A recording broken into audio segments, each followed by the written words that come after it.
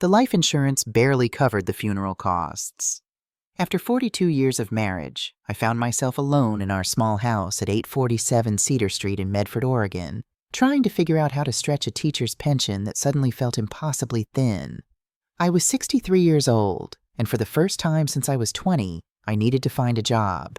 My name is Diane Wright, and I never thought I'd be starting over at this age. That's how I ended up working the evening shift at Riverside Medical Center, 3 nights a week in the billing department. Tuesday, Thursday, Saturday, 11:30 p.m. Finish time, like clockwork. It wasn't glamorous work, punching insurance codes into a computer while the rest of the hospital slept, but it kept me busy. More importantly, it kept my mind from wandering to the empty chair at the dinner table, the silent phone that used to ring every Sunday morning. My son Caleb used to call every week. Used to, past tense. Something shifted after his father died. Or maybe it shifted before and I just never noticed. He lives in Portland now with his wife Paula, 3 hours north, but it might as well be 3,000 miles for how often I hear from him. He's a lawyer, corporate law, the kind that pays well but keeps you working 80-hour weeks. At least that's what he tells me when he does call, which has dwindled to maybe once a month if I'm lucky. Paula, my daughter-in-law. That's a relationship I still haven't figured out how to navigate after 5 years. She's a nurse, or she was. I think she works part-time now, though Caleb never quite explains what she does with her time. Whenever we talk, which is rare, there's this wall between us. Not hostility exactly, more like distance. Professional politeness. The kind of careful conversation you have with a stranger at a bus stop. I tried, after Robert died. I really did. I called Caleb, suggested they come visit, maybe stay for a weekend. "We're swamped at work, Mom," he'd said, his voice tinny over the phone. "Maybe next month?" Next month came and went, then another. Now I've stopped asking. The truth is, I think Paula never forgave me for something I said at their wedding. I called her dress interesting when I meant it looked beautiful, but unconventional. The word came out wrong, and I saw her face fall, saw Caleb's jaw tighten. I apologized later, tried to explain, but the damage was done. Some words you can't take back, no matter how much you want to. So I work my 3 nights a week, come home to an empty house, and try not to think about how quiet life has become. The shift ended at 11:30, and I'd catch the last bus home, arriving just after midnight. It was a routine I'd grown comfortable with. 45 minutes on the bus, listening to the hum of the engine, watching Medford's dark streets roll by. Familiar, safe. Except the bus schedule changed that September. Budget cuts, they said. The last bus now left at 11 Huntuak, a full half hour before my shift ended. I couldn't afford to leave early and lose those hours, so I did what I had to do. My neighbor's daughter helped me download a Rideshare app on my phone, showed me how to request a ride, assured me it was safe. "My mom uses it all the time," she said, her fingers flying across my phone screen. "Just check that they have a good rating, and you'll be fine." That's how I met Marcus Thompson. The first time his silver Honda Accord pulled up to the hospital staff entrance, I checked the license plate 3 times against the app. The photo showed a black man in his late 50s with graying hair and kind eyes. The car matched. 5-star rating. I climbed into the back seat and gave him my address. 847 Cedar Street, I said, buckling my seatbelt. "Long shift?" His voice was deep, warm, with a slight rasp like he'd been a smoker once but quit. "Every Tuesday, Thursday, and Saturday," I replied, watching him in the rearview mirror. He had the kind of face that had seen things, lines around his eyes, a certain weariness in his expression that I recognized from my own reflection. "That's a routine," he said, pulling out of the parking lot. "Makes life easier, having a schedule." "Or more predictable," I said, then wondered why I'd added that. Something about his tone made me want to talk, really talk, instead of just making polite small talk. He glanced at me in the mirror, and I saw something flicker across his face. Recognition? No, that didn't make sense. We'd never met before. "Predictable isn't always bad," he said after a moment. "Means you can count on things. Not much in life you can count on these days." The drive took 12 minutes. 12 minutes of comfortable silence broken by occasional comments about the weather, The late-night traffic, the way Medford looked different at midnight. When he pulled up to my house, I tipped him through the app and climbed out. "Drive safe," I said. "You too, ma'am. See you Thursday." I thought it was just politeness. I didn't realize he meant it literally. Thursday night, I requested a ride at 11:30. Marcus's silver Honda appeared within 2 minutes. Saturday night, same thing. The following Tuesday, Marcus again. By the third week, I realized it wasn't coincidence. He was waiting for me, logging on around 11:20, positioning himself near the hospital, making sure he'd be the one to pick me up. "You don't have to do this," I said on the fourth Tuesday, sliding into what had become my seat behind the passenger side. "Wait for me, I mean. You could be picking up other fares." He met my eyes in the rearview mirror. "I could be," he agreed. "But I'd rather make sure you get home safe, Mrs. Wright." "It's Diane," I said. "And you still haven't told me your name." "Marcus Thompson." He smiled, and it transformed his whole face, made him look 10 years younger. "Pleased to officially meet you, Diane." After that, something shifted. The rides became less like transactions and more like conversations. Real ones. Marcus told me he'd been driving for 3 years after taking early retirement from the Medford Police Department. 25 years on the force, he said one October night, the first real chill of autumn in the air. Made detective, worked mostly property crimes, some fraud cases. Then I took a bullet during a domestic dispute call and decided it was time to do something less likely to get me killed. "I'm sorry," I said, meaning it. "Don't be. I got out alive, got a decent pension. Could have been a lot worse." He paused. "The job changes you, though. You start seeing patterns everywhere, noticing things other people miss. Hard to turn that off, even when you want to." I found myself telling him about Robert, about learning to live alone, about Caleb and Paula, and the growing distance I couldn't seem to bridge. Things I hadn't told anyone. Not even my book club friends who meant well but didn't really understand what it felt like to be invisible to your own family. "My daughter used to call every day," Marcus said one night.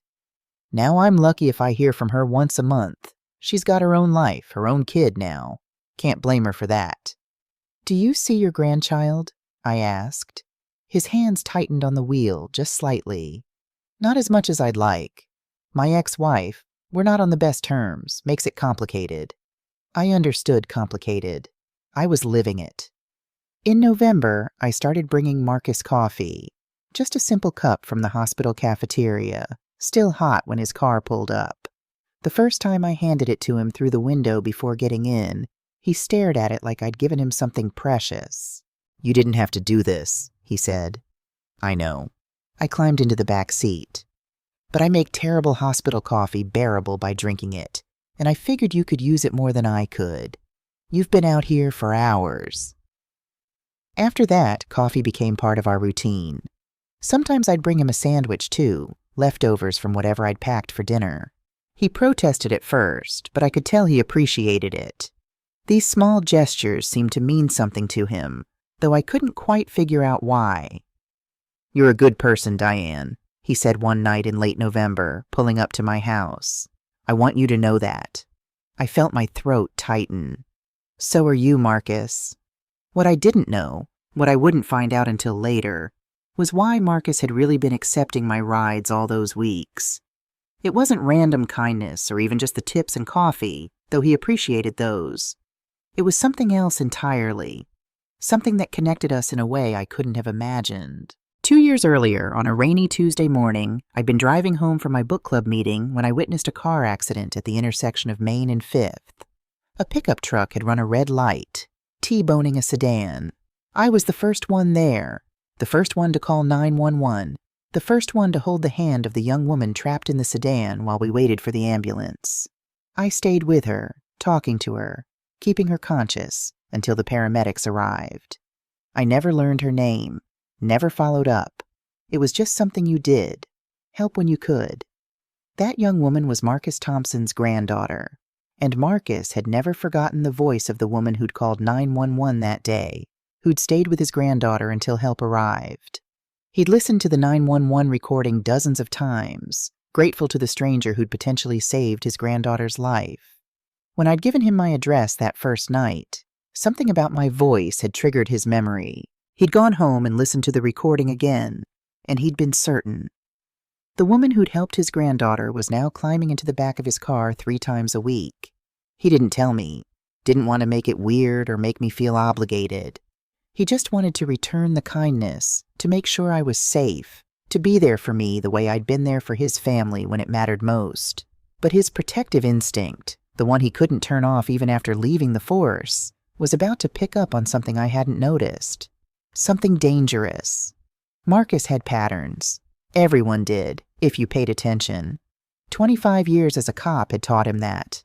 People were creatures of habit, and those habits could tell you everything you needed to know if you watched long enough. Diane's pattern was simple. Work Tuesday, Thursday, Saturday nights. Home by 12:15 a.m. Lights on in the kitchen for about 20 minutes, then the bedroom light for another hour or so. She was probably reading. He'd noticed the library books in her bag. Then darkness until morning. What broke the pattern was the black Ford F-150. The first time Marcus noticed it was late September, a Thursday night. After dropping Diane off, he'd taken the long way home, circling back through her neighborhood out of habit.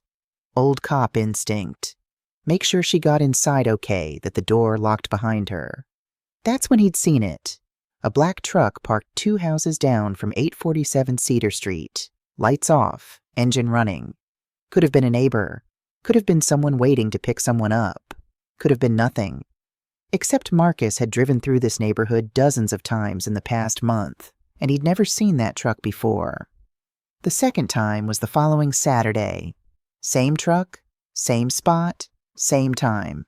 Around 12:30 a.m. This time, Marcus parked his Honda a block away and watched. The truck sat there for 40 minutes before finally pulling away, driving slowly past Diane's house like the driver was studying it. Marcus got the license plate. Tuesday night, the truck was back. Now it was a pattern.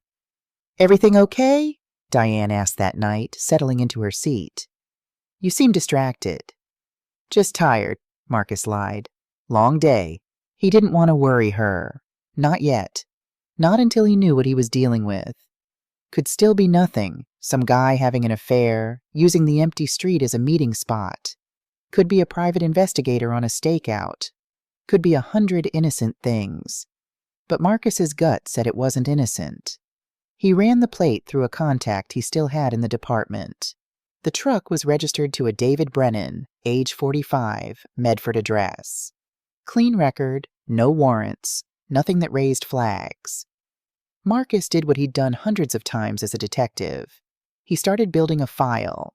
Dates, times, vehicle description, behavior patterns. Every Thursday, he'd drive past Cedar Street after dropping Diane off, and the truck was always there. Tuesday and Saturday, too. Only on the nights Diane worked. That was too specific to be coincidence. The first week of December, Marcus decided to get a closer look. He parked his Honda 3 blocks away and walked back, staying in the shadows. The truck was in its usual spot. Marcus could see the silhouette of a man in the driver's seat, the glow of a phone screen illuminating his face periodically. Marcus watched for 20 minutes. The man didn't move, didn't get out, just sat there staring at Diane's house. At 1:15 a.m., the man finally started the truck and drove away. Marcus hurried back to his car and followed, keeping his distance. The truck headed toward Riverside Medical Center. Marcus's blood went cold. That was too much coincidence.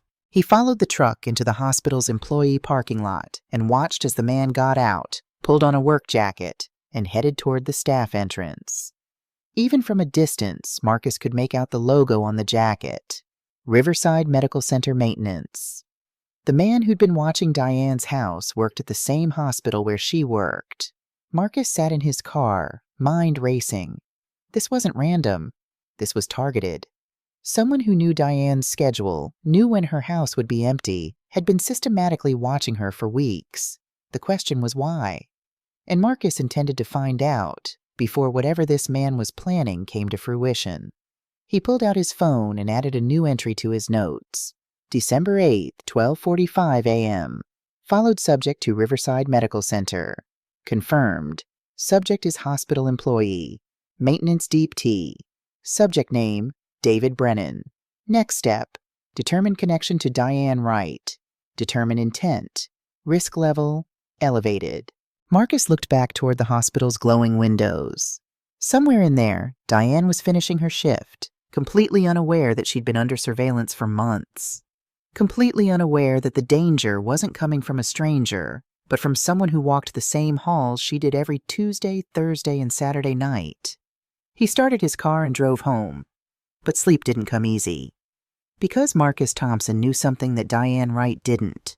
Patterns meant purpose, and purpose, when hidden, usually meant harm. He just had to figure out what David Brennan wanted with Diane before it was too late. Marcus Thompson hadn't conducted a proper investigation in 3 years, but some skills never left you. He started with the basics, running David Brennan's name through a former colleague still on the force. What came back was interesting. Brennan had been investigated at his previous job 4 years ago, a pharmaceutical supply company in Eugene. Suspected embezzlement, inventory discrepancies, insufficient evidence. But the company had let him go anyway, citing restructuring. The financial records told the rest of the story. Brennan was drowning in debt. His wife had a multiple sclerosis, required expensive treatments that insurance only partially covered. They'd refinanced their house twice, maxed out credit cards. According to the latest filing, they were 6 months behind on their mortgage. Desperate people did desperate things. For 2 weeks, Marcus watched. Tuesday, Thursday, Saturday nights, Brennan showed up at Cedar Street around 12:30 a.m. He'd park, watch Diane's house for 30 to 45 minutes, then leave.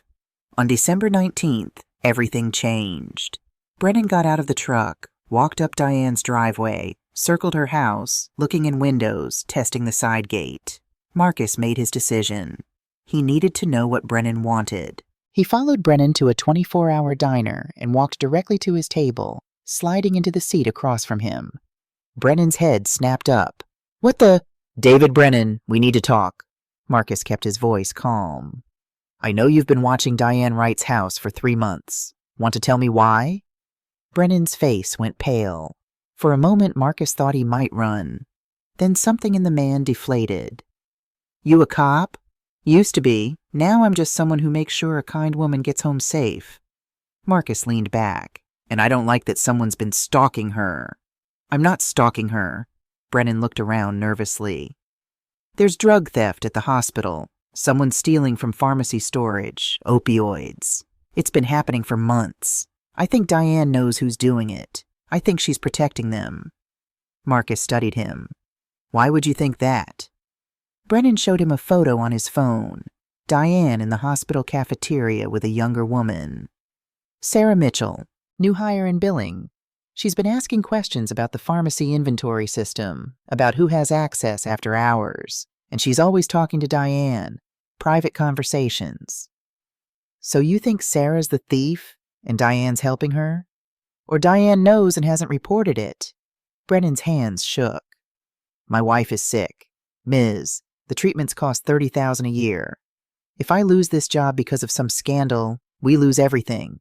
I need to know what Diane knows." Marcus stood. "You're going to stop watching her house. Tonight. If I see your truck on Cedar Street again, I'm calling the police and showing them 3 months of documented surveillance. Understand?" Brennan nodded, but Marcus's gut told him something was still wrong. The man seemed genuinely scared, genuinely desperate. But that didn't mean he was telling the truth.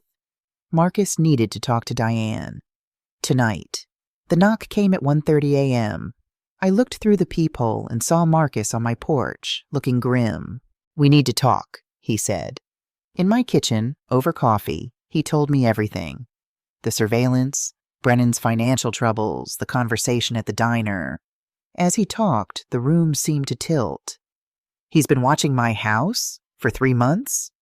I made it stop. "But Diane, is there truth to what he said? About drug theft at the hospital?" I thought about Sarah Mitchell, about the conversation we'd had last week. Oh God. Sarah told me she found discrepancies, medications signed out but never administered, never billed. She thought it was a data entry error, but then she found more, a pattern, What did you tell her to do? Report it to our manager. Document everything. But she was scared. She's been here less than 3 months. She's a single mom. She was afraid she'd be let go. Marcus pulled out his phone. You need legal advice. You need to call Caleb. We haven't talked in 2 months. He's your son. And this is serious. If there's drug theft and you have knowledge of it, you could be implicated. My hand shook as I dialed. After 4 rings. Mom? What's wrong? I explained everything. As I finished, Caleb's voice shifted into lawyer mode. Stop. Don't say anything else to anyone. This is a federal crime. Healthcare fraud. Drug trafficking. If you're seen as involved, even as someone who knew and didn't report, you could face charges. His voice was urgent. Promise me you won't discuss this until I can look into it. But Sarah is not your responsibility. You are. I'll drive down tomorrow morning. He paused. Who's Marcus? I handed Marcus the phone. They talked for 10 minutes before Caleb said, Put Mom back on. Don't do anything until I get there, okay? Okay. I love you. The words surprised me. It had been so long. I love you too. After Marcus left, I sat in silence. Around 3 a.m., my phone buzzed. Unknown number. This is Paula. Caleb told me what's happening. I think you should report the drug theft immediately. People could be getting hurt. I stared at the message. Paula had never texted me before. Why do you think that? Because I'm a nurse. I've seen what happens when medication goes missing. Patients suffer. Whoever's doing this needs to be stopped. Caleb said to wait. Caleb always wants to wait. Sometimes you just have to do the right thing. There was an edge to her message I couldn't identify. But she was right. If someone was stealing pain medication, patients were suffering. Caleb arrived at 10 a.m. looking exhausted. Paula came an hour later with lunch. She looked tired too, shadows under her eyes I hadn't noticed before. Thank you for coming, I said. Of course, this is serious. She sat next to Caleb but not touching him. There was deliberate space between them. Over lunch, Caleb outlined the plan. He'd help me request the files on Monday, document everything properly. Marcus would research Brennan further. I still think you should report it now, Paula said. Why wait? Because we need to protect Mom, Caleb replied, tension in his voice. If we report without evidence, she becomes a target. Or more drugs go missing and more people get hurt. They stared at each other. This wasn't just about my situation. This was something between them, something unresolved. After they left Sunday night, I made a decision. I was going to talk to Sarah Mitchell myself. Monday morning, I drove to Sarah's apartment. She answered in yoga pants, eyes widening when she saw me. Diane, what are you doing here? We need to talk about the drug discrepancies. Her face went pale. I don't know what you mean. Sarah, please. Someone's been watching my house because of this. She let me in, tears filling her eyes. Oh, God. I'm so sorry. I should have warned you. Sorry for what? I didn't report it to Tom Bradley. I reported it to David Brennan. She sank onto the couch. He's maintenance supervisor. He has access everywhere. I thought he could help investigate quietly. He asked me to document everything and give it to him. So I did. My blood ran cold. When? 2 months ago. He told me not to tell anyone. He said the fewer people who knew, the better. She looked up at me. He asked me to pull specific patient files last week. Said he needed to check something. I gave him access to the records room after hours. Which patients? Elderly patients on Medicaid. People who probably wouldn't notice billing errors. Horror dawned on her face. Oh my God, he's been using my research. I've been helping him steal. My phone rang. Marcus. Diane, where are you? I just drove past your house. Your door is open, wide open. What? I locked it? Someone's been inside. Call the police, now. I dialed 911, hands shaking. Sarah stared at me with growing horror. This is my fault. All of it. As I waited for police to call back, my phone buzzed with a text from an unknown number. Check your basement at work. Bottom drawer of your filing cabinet. You need to see what's there before the police do. A friend, the hospital basement, I whispered. Someone put something in my filing cabinet. 20 minutes later, Sarah and I stood in the billing department's records room, staring at my filing cabinet's bottom drawer. Inside were folders, dozens of them. Patient files that shouldn't be there, medication logs, printouts of fraudulent insurance claims, all with my name on the access logs. Someone's framing you, Sarah breathed. My phone rang. Caleb. Mom, the police called me. They found drugs in your bedroom, prescription opioids. They're saying you've been stealing from the hospital. The room tilted. That's not possible. I know, but you need a criminal defense lawyer. This is serious. I looked at the files, at the camera in the corner. Another text appeared. The camera is disabled for 10 minutes. Hide those files and get out. Trust Marcus Thompson. He's the only one you can trust. I looked up. The camera's red light was dark. Sarah, go home. Don't mention this to anyone. Think about Jeremy. She left and I called Marcus. I need your help. When he arrived, I showed him everything. Someone's helping me, I said. Someone with access to hospital security. But who? Paula. The pieces clicked together. She texted me at 3 a.m.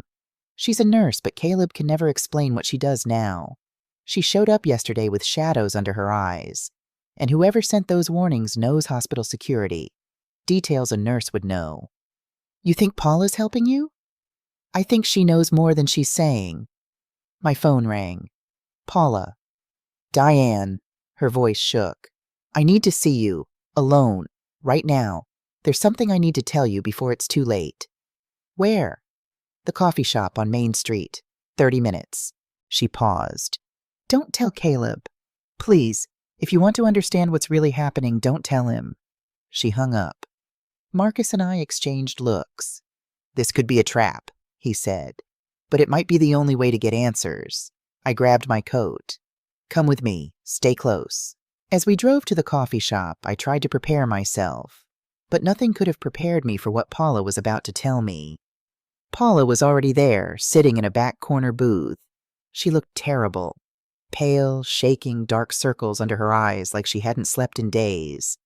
I slid into the seat across from her. Through the window I could see Marcus in his car, watching.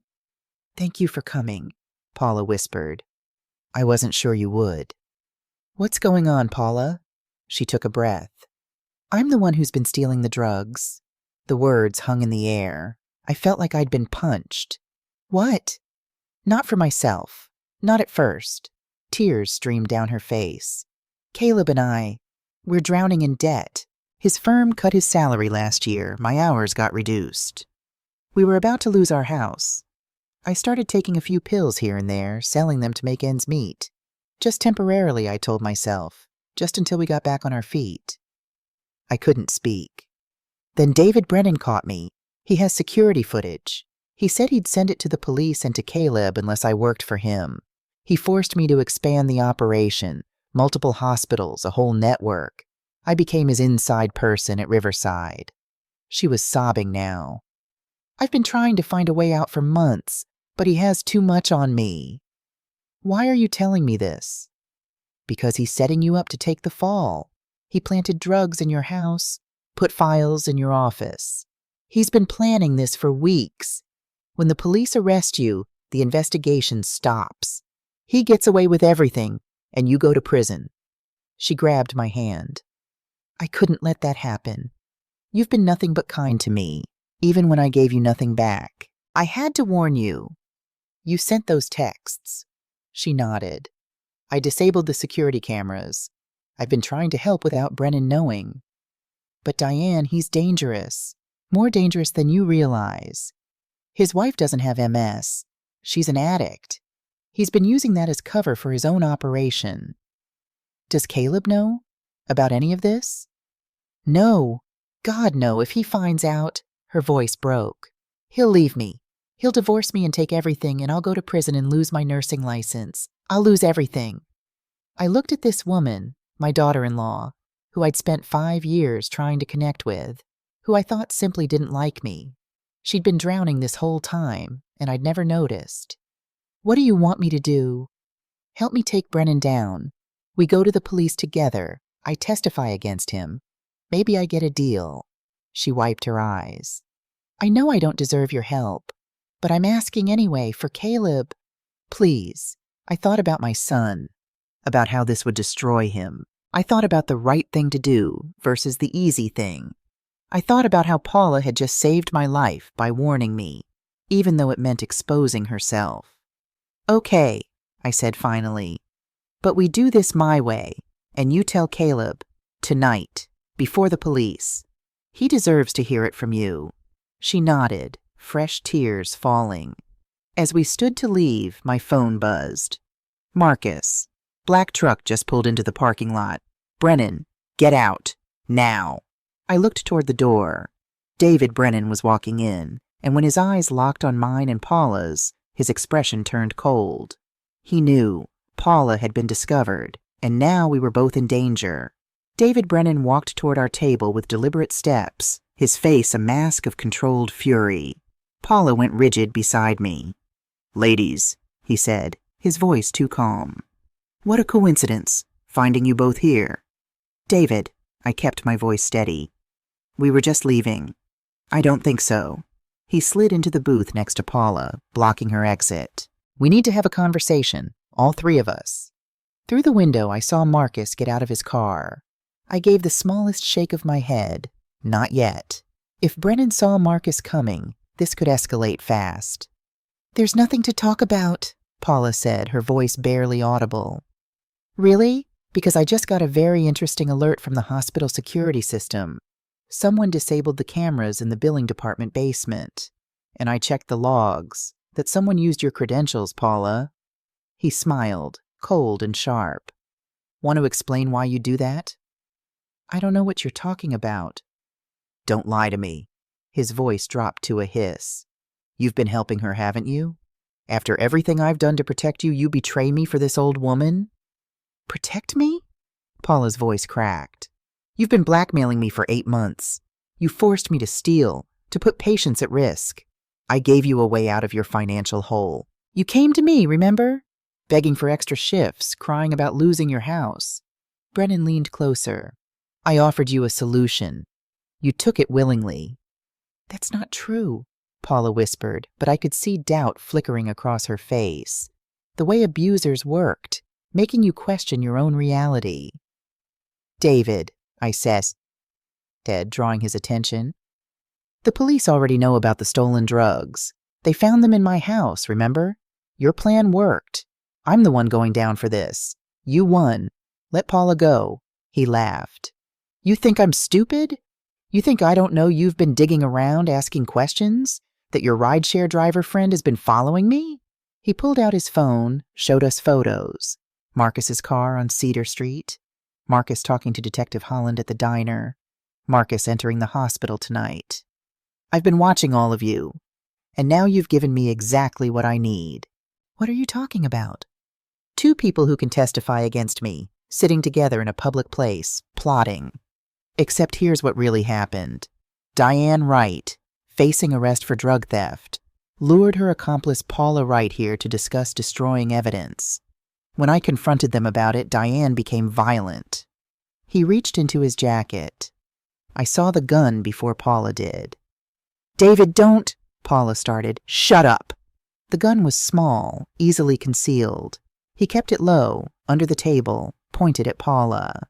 Both of you are going to stand up slowly. We're going to walk out the back exit to my truck, and we're going to take a drive while I figure out how to clean up this mess. My mind raced. The coffee shop was nearly empty, just the barista behind the counter wearing headphones. No one had noticed the gun. If we screamed, Brennan might panic and shoot. If we complied, we'd be isolated, vulnerable. Through the window, Marcus was on his phone, calling the police, probably, but that would take time we didn't have. Okay, I said. Okay, we'll come with you. Just don't hurt Paula. She has a son. He needs his mother. Something flickered across Brennan's face. Pain, maybe, or regret. My wife needed me too. Needed her medication, her treatments. But nobody cared about that when they cut our insurance, did they? Nobody cared when we lost everything. Your wife doesn't have MS, Paula said quietly. You told me she does, but she doesn't. I checked. There's no medical records for Linda Brennan at any hospital in the state. Brennan's jaw clenched. You don't know what you're talking about. She's an addict. You've been using her as a cover story for years. The debt, the medical bills, it's all lies. You're just a thief who got greedy. I said shut up! Brennan's hand shook on the gun. And that's when I did something reckless. I knocked over my coffee cup, sending hot liquid streaming across the table toward Brennan. He jerked back instinctively, and in that split second, I grabbed Paula's hand and yanked her out of the booth. Run! We bolted toward the front door. Behind us, Brennan shouted. The barista looked up, confused. I saw Marcus running toward the entrance, phone still pressed to his ear. We burst out onto Main Street. It was 2 p.m., midday traffic, people on the sidewalks, safety in numbers. But Brennan was right behind us. Stop! He yelled. Police! Stop those women! People turned, stared. Some stepped back. Authority in his voice made them hesitate, made them think we were the criminals. Marcus reached us first, putting himself between us and Brennan. Back off, Brennan. She's under arrest, Brennan said, breathing hard, hand still in his jacket. Interfering with this is obstruction. You're not a cop, Marcus said calmly, and I know you have a gun in your jacket. Take it out slowly and put it on the ground, or I promise you, this ends badly for you. For a moment everything hung in balance. Brennan's hand twitched. His eyes darted to the gathering crowd, to Marcus's steady stance, to Paula and me behind him. Then sirens cut through the air. 2 Medford PD cruisers screeched to a stop. 4 officers emerged, weapons drawn. Detective Ray Holland was in the lead. David Brennan, hands where I can see them. Now. Brennan's face contorted with rage and desperation. For a terrible second, I thought he'd pull the gun anyway, go out in a blaze. But then his shoulders sagged. He slowly raised his hands. On the ground, face down. As officers swarmed Brennan, cuffing him, reading his rights, I felt Paula collapse against me. We sank onto a nearby bench, both shaking. Marcus crouched in front of us. You okay? You called them, I said. The second I saw him walk in, Ray had units nearby. He looked at Paula. You ready to tell them everything? She nodded, tears streaming. I want to make this right, whatever it takes. And the next 6 hours were a blur of police interviews. Paula and I gave separate statements at the Medford Police Department. Paula told them everything, how she'd stolen pills to pay debts, how Brennan had caught her and forced her into a larger operation, how he'd planned to frame me. But halfway through my interview, Detective Holland brought in someone unexpected. Tom Bradley, my manager from the billing department.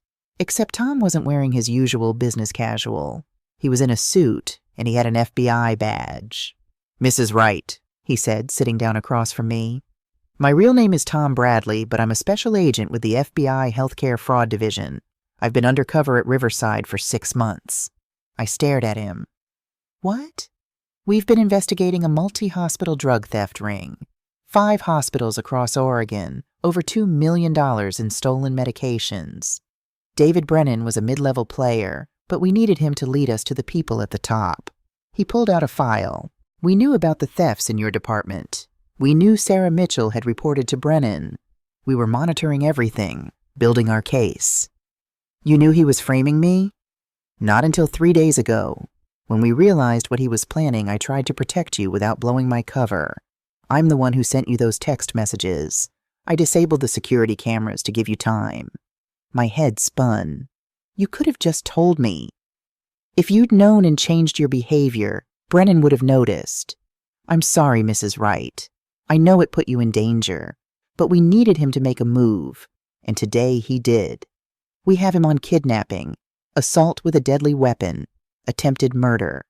He'll flip on his suppliers to reduce his sentence. I thought about the files in my cabinet, about the drugs planted in my house. What happens to Paula? Tom's expression softened. That's not my case. Local PD will handle it. But between us, she cooperated, she was coerced, and she ultimately helped stop a dangerous criminal. A good prosecutor will take that into account. Caleb arrived at the police station at 6 p.m., face ashen. He'd driven straight from Portland the moment I called. When he saw Paula in handcuffs being led to a holding cell, his knees nearly buckled. "What happened?" he asked me, his voice breaking. "Mom, what's going on?" I told him everything, watched his face cycle through shock, disbelief, betrayal, pain. When I finished, he just stood there, silent. "She wanted to tell you herself," I said quietly. "Tonight, before going to the police, she was trying to do the right thing." "The right thing would have been not stealing drugs in the first place." His voice was hollow. "The right thing would have been you noticing your wife was desperate enough to commit a crime." I put my hand on his arm. "Caleb, when was the last time you really talked to her? Really listened?" "Don't." He pulled away. "Don't make this about me." "I'm not. But Paula didn't do this in a vacuum. She was drowning, and she thought she had to save you both alone." I paused. "Like I was drowning after your father died, and I thought I had to handle it alone. We're a family that doesn't ask for help, Caleb. And look where it's gotten us." His eyes filled with tears. "I can't lose her." "Then don't. Fight for her. Be there for her." I swallowed hard. "Be the partner she needed before all this started." He nodded slowly, then walked toward the holding cells where Paula waited. Paula took a plea deal. Guilty to drug theft, conspiracy. Because she'd been coerced and had cooperated fully, she got 18 months probation, 500 hours community service, mandatory addiction counseling she'd started using during the stress, and permanent loss of her nursing license. It could have been so much worse. David Brennan got 15 years in federal prison. He did flip on his suppliers, 3 doctors and 2 pharmacy managers across Oregon. The FBI dismantled the entire network. Sarah Mitchell kept her job. She testified at the trials, and Tom Bradley, real name Thomas Bradley, wrote a letter commending her integrity. Marcus still drives for Rideshare, but now he also consults for a private security firm, teaching surveillance techniques to investigators. His granddaughter visits every Sunday. And me? I retired from Riverside in February. The hospital offered me a settlement for the trauma, enough that I don't have to work anymore if I don't want to. But today, 6 months after that terrible afternoon in the coffee shop, I'm sitting at my dining room table that used to seat 1, and it's full. Caleb and Paula are here. They're in couples therapy, working through everything. It's not easy. Some days are harder than others.